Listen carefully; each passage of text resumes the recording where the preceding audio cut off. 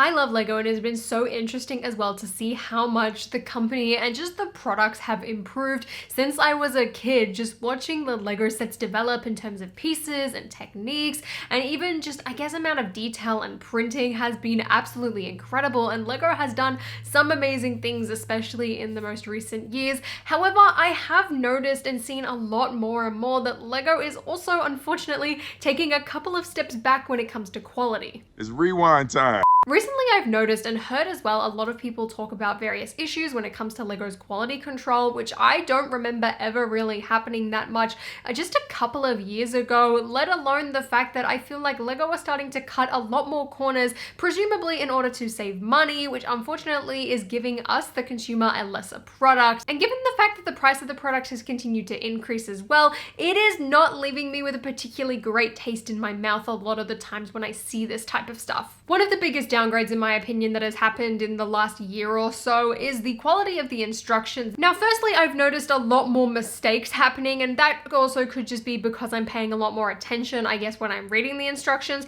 but more so I want to talk about the cover of the instructions. Now, Lego last year made quite the controversial decision to just suck out all of the personality and joy out of the cover of the instruction manuals. And this just came out of nowhere and quite frankly looks atrocious, down from the render quality on the front of the instructions just to how bland it looks, as previously Lego instructions would quite closely reflect either the box art or just the set in general and would really tie in and make it feel like a complete package when you were building a Lego set. However, they changed the covers and it looks quite frankly really dodgy. You can take the original Dark Trooper instructions, which represented the box art, which looks fantastic in my opinion, and then they even redid that and it looks so much worse now. From what I've been told, it is kind of to do with that, but also not, as it's to do with the fact that Lego are soon going to increase paper bags, which really should have happened by now given the fact that it was supposed to happen in 2022, but that's a separate conversation, as apparently the ink was going to rub off onto the white of the paper bags,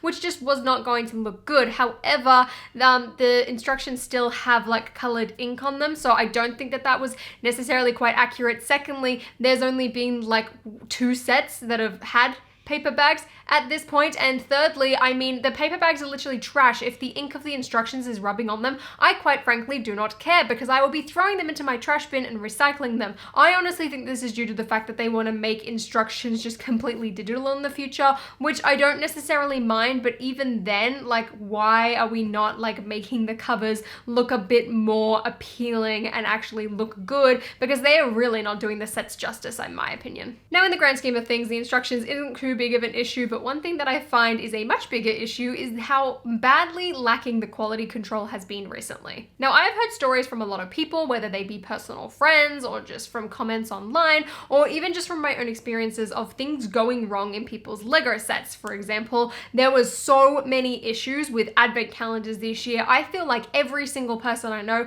had an issue with an advent calendar. I personally got 2 bags, a couple of people were missing bags. I heard other reports of people getting duplicate bags and then having some missing. Some people's admittedly did not have anything wrong, which is exactly what you want. But more than ever before, I heard many people complaining that there was something wrong with their Lego advent calendars. And especially the price of that increased too much for my liking, and it was just ridiculous. It's no surprise that these advent calendars went on heavy clearance, and just the fact that there were so many mistakes in the packing process, it really just goes to show that I feel like Lego's quality control has been knocked down an awful lot. There's also been an increased amount of spelling mistakes or just fluff ups when it comes to web pages. For example, recently, apparently Tinkerbell was named the Legoland mascot, which was really cool. This did get fixed, but even still, I don't know how you could make a mistake that big, and especially on a licensed item where you've also got Disney to worry about. Not a very good look. Then we've also had a lot of spelling mistakes in really big and expensive quality collector's sets recently. Most notably was the Hogwarts Express Collector's Edition, but previously as well, we had the Hogwarts icons with a spelling mistake in the Latin part of the Hogwarts letter. The Daily Bugle also had a spelling mistake, and again, these are all licensed sets too, which I feel like should have a lot more care. I think one of the most laughable though was the UCS Republic gunship, which had the wrong logo on it, and it's even written in the name where it says Republic gunship. The instructions were wrong, the box was wrong, and they had to reprint and sort of recycle them. They ended up selling all of the ones with the Empire logo on it, but that was a whole scenario as well. And all of those things are without even touching on, I feel like, the increased amount of things that have gone wrong with people's packaging of sets. I had a friend recently tell me that they had the wrong piece in a Starry Night set. I saw another woman on TikTok who said she was missing a piece in one of their sets. And yes, LEGO's quality service is fantastic. There is no denying that. If you have a piece missing, you will be able to get it for free and get it replaced. It is so quick and easy, and I absolutely love LEGO for that. But it is increasingly frustrating to see how much more common this is happening. A couple of years ago, I bought the Rise of Skywalker Millennium Falcon, and I had 3 pieces missing and ended up with a pile of 4 pieces that weren't ever supposed to be included in the set, full stop. It was insane. And again, is really something that I feel like LEGO didn't really have often quite a few years ago. Maybe it's because they're producing a lot more things or producing a lot more sets, so there's a lot more room for error, but it's just very, very noticeable in my opinion. And it's crazy because this is not something that I ever really recall LEGO having an issue with. Now, I'm a huge minifigure fan, so for me as well, the fact that minifigures are decreasing their amount of detail and just overall feel a lot more lacking to previous years is incredibly disappointing. For example, the LEGO Snape minifigure from 2018 was a slight downgrade, I guess, from 2010, but not really by much.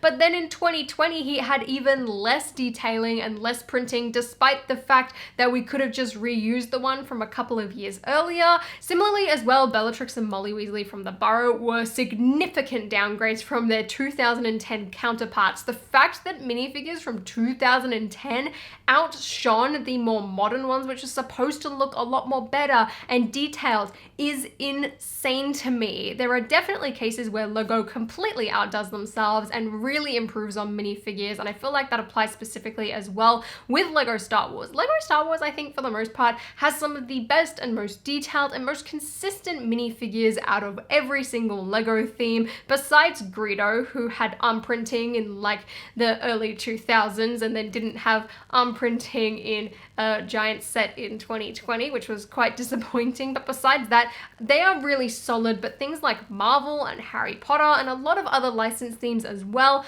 are just significant downgrades. I look back at like Pirates of the Caribbean and Lord of the Rings from the early 2010s, and that sort of era in general, even from Toy Story, everyone was so detailed, had a lot of new molds as well, but just the printing wise was just next level. And I feel like majority of the minifigures have definitely been knocked down. Don't get me wrong, there are some fantastically beautiful detailed minifigures, a lot of the CMFs, even some, I guess, in like more collector's sets, like the new C-3PO from Luke's Landspeeder, for example, that have dual molded legs, side leg printing, arm printing, and they are gorgeous. But as a whole, less and less minifigures are starting to have even just basic leg printing where they probably should have, and it really, really knocks these guys down. But printing can be expensive, so sometimes you might want to go for a fabric piece just to give that little bit of extra detail without spending too much money. But even then, LEGO is not really using fabric pieces as much anymore, especially over the last year or so. LEGO has seemed to cut back on the amount of like fabric skirts and capes and shoulder pieces and whatever on their minifigures, and I'm not entirely sure why this is happening. I guess, again, due to budget cuts, but it's been something incredibly noticeable, specifically with the brand new LEGO Star Wars 501st Clone Trooper pack. Now, the officer had a printed on skirt, the heavy troopers had printed on shoulder cloths, and I went back as well and I realized that this was the exact same case in the Republic fighter tank on the 187ths. All of the fabric was printed. And that's not even to mention as well the fact that LEGO stopped giving like Scarlet Witch her really nice sort of cloth skirt piece that they gave her when the Civil War sets came out. That was a significant downgrade, and that costume was pretty much exactly the same. They also messed up her hair, but that's not really a fabric problem. And even more recently as well, they just gave Doctor Strange a brand new remolded cape so that they didn't have to give him a fabric cape anymore, which, look, the piece is fine. I personally preferred the fabric, but it's something I guess I didn't really click onto until I really started to think about how much LEGO has cut down using fabrics in their minifigures. Even Pam Beesly from The Office, I feel like she really really could have done really nicely with just a really simple like cloth skirt piece, but instead they gave her these weird dual molded legs which don't quite look right. I mean, I just remember the days where like Marge Simpson would come out and she would have a nice green dress, or even Patty and Selma, even Eleven from Stranger Things. There were so many skirt pieces floating around, and they did look a little bit odd sometimes, but they were so much better, I think, than these half done or even just no printed legs or molded legs or whatever. It looks so much cleaner and makes them feel a lot more cared for, as well as just overall a lot better looking. However, I think the one that really upsets me the most, given especially I guess just how easy this would be to fix, is the fact that the render quality for Lego has gone completely in the toilet at this point. There are so many errors that ultimately are leading to products that are just not accurately represented and borderline false advertising for them. There are so many issues with color and designs. Just the shape of the minifigures' heads as well looks so whack. I don't know what has happened. Now, for many years, Lego would just take photos of physical products and it would be perfect because you got to see an accurate representation of what you were getting. Everything looked really clean and it was so easy just to get a really nice picture of what you're getting. And these days you really have to rely on the lifestyle images, I find, to get an accurate representation. But even then, you half the time don't get a good up close look at the set that you were planning to buy. Recently, the ATT has caused a lot of drama in this department, especially because they had really nice designed True 12 helmets that had that perfect point, and then you opened up the box and the design did not look like that at all. It was just really, really frustrating. And even when you contacted customer service, they would be like, yeah, we're gonna fix it. And then you would be told by Lego, actually, no, we're not gonna fix it. And you just sort of go around in circles with that. And then they again stuffed up with the 501st Battle Pack again by not aligning the sort of like accessories correctly, which is really funny, especially because you can zoom in and you can see that there is a hole right above it where it was supposed to go.